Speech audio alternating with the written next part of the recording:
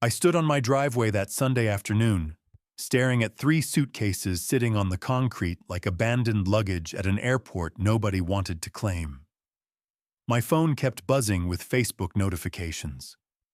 My girlfriend had just tagged me in a photo of those exact suitcases with a caption that read, "Start walking." The strange thing, I was not angry. I was actually smiling, because that post was exactly the push I needed to finally be free. Before I begin, let me know where you are watching from today. Drop a like, hit subscribe, and let me tell you how a Facebook post became the best thing that ever happened to me. My name is Griffin. I am 30 years old, and I work as a project coordinator at a construction company in Columbus, Ohio. I have been in this position for about 5 years now, and I would say I am pretty good at what I do. I manage timelines, coordinate between contractors, and make sure projects stay on budget. It is not glamorous work, but it pays the bills and gives me a sense of accomplishment. Growing up, my life was not exactly a fairy tale. My parents divorced when I was 12 years old. I remember that year vividly because it was the year everything changed. One day, we were a normal family eating dinner together, and the next day, my father was packing his bags and moving to Arizona with a woman he met at his office. He did not fight for custody. He did not even try. He just left, and I watched my mother fall apart. I stayed with my mom after the divorce. She worked 2 jobs to keep a roof over our heads. I watched her come home exhausted every night, her feet swollen from standing all day at the diner, only to change clothes and head out to her second job cleaning offices downtown. She never complained. She never made me feel like a burden. But I saw how hard she struggled, and I made a promise to myself back then. I promised that I would be different from my father. I would be the kind of man who stayed. The kind of man who never abandoned the people he loved. That promise shaped who I became. I grew up to be the quiet, dependable type. The guy who shows up when he says he will. The friend who helps you move apartments without being asked. The boyfriend who remembers anniversaries and birthdays. I always put other people first, because that is what I believed good men did. I did not realize until much later that there is a difference between being caring and being a doormat. I met Megan 2 years ago at a coffee shop near my office. It was a Tuesday morning, and I was sitting alone at a corner table reading a paperback novel. I remember it was a John Grisham book, one of those legal thrillers I like to read during my lunch breaks. She walked up to my table without any hesitation and said something that caught me completely off guard.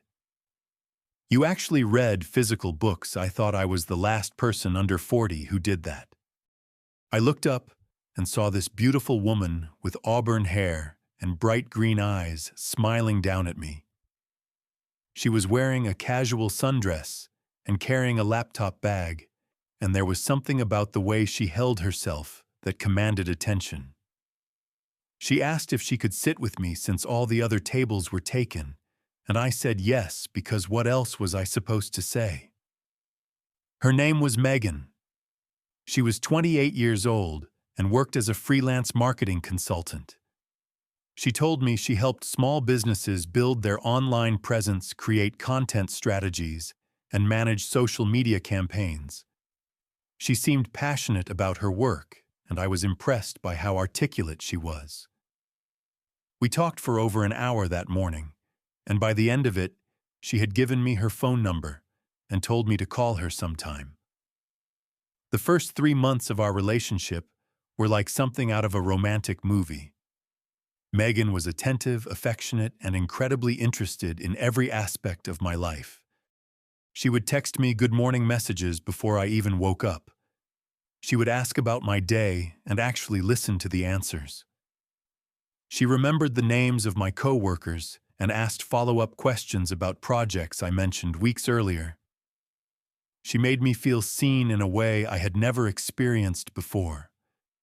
"I have never met anyone like you, Griffin," she told me one night, as we sat on my couch watching television. "You make me feel so safe." Those words meant everything to me. After years of casual dating and failed relationships, I finally felt like I had found someone who truly appreciated me.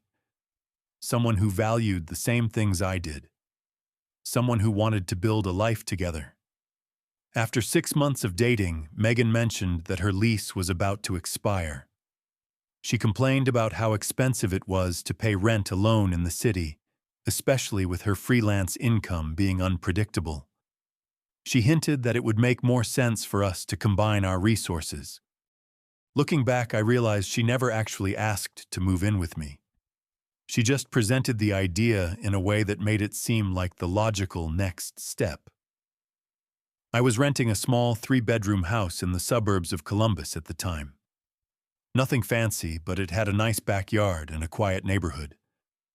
I had lived there for 4 years and spent countless weekends fixing up the place, painting the walls, repairing the fence, making it feel like home. The lease was in my name, and I paid the full rent myself, about $1,400 a month plus utilities. When Megan moved in, I suggested we split the expenses equally. She agreed enthusiastically, saying it was only fair.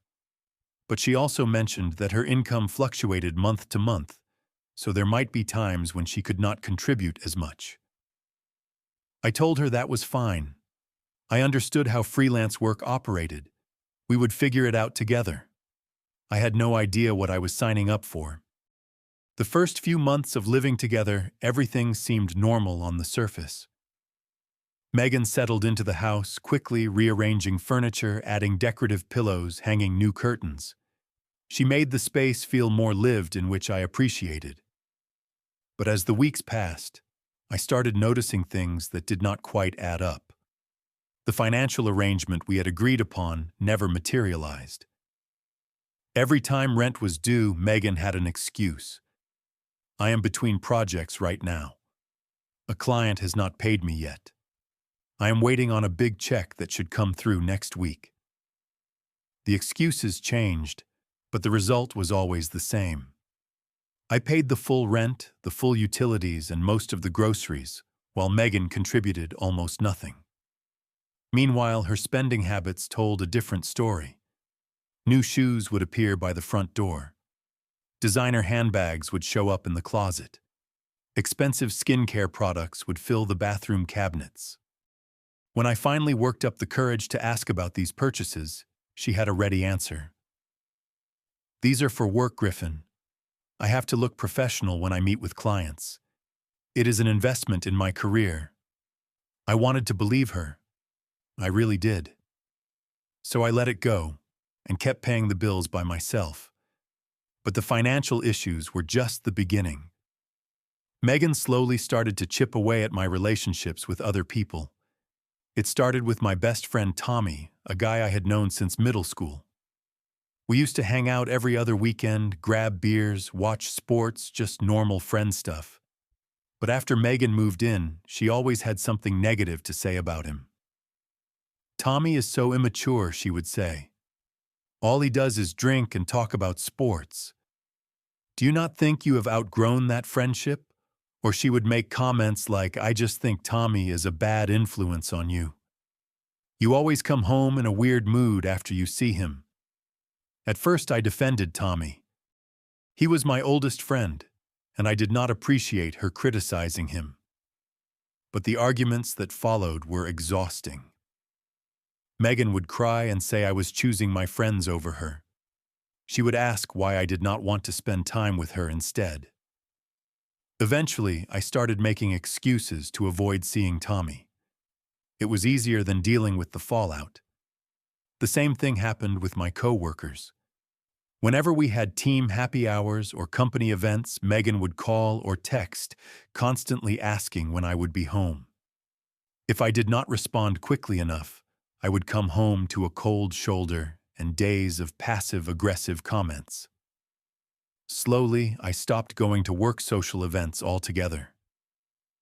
Around the 4th month of living together, Megan began using social media as a tool in ways I did not understand at first. Her Facebook page was a carefully curated highlight reel of our relationship.